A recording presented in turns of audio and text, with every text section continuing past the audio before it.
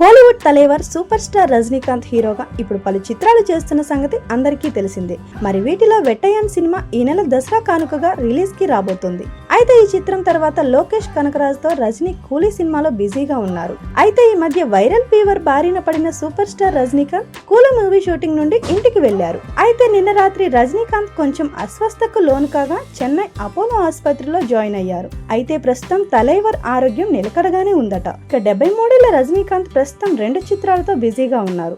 దర్శకుడు జ్ఞానవేల్ రాజ్ తో చేస్తున్న వెట్టయాన్ అక్టోబర్ 10న విడుదల కానుంది. అలాగే లోకేష్ కనకరాజ్ దర్శకత్వంలో కూలీ అనే మూవీ చేస్తున్నారు. ప్రస్తుతం ఈ సినిమా చిత్రీకరణ దశలో ఉంది. ఇక దశాబ్దం క్రితం సూపర్ స్టార్ సింగపూర్ లో కిడ్నీ మార్పిడి చేయించుకున్నారు. ఆయన ఆరోగ్య కారణాలతోనే రాజకీయాలకు కూడా దూరమయ్యారు. రాజకీయ అరంగేట్రానికి అన్ని ఏర్పాట్లు చేసుకున్న రజనీకాంత్ చివరి నిమిషంలో వైద్యుల సలహా మేరకు తన నిర్ణయాన్ని మార్చుకున్న సంగతి తెలిసింది. అలాగే ఆసుపత్రి సిబ్బంది తన ఆరోగ్యంపై ఒక హెల్త్ బులెటిన్ కూడా త్వరలోనే విడుదల చేయనున్నారట.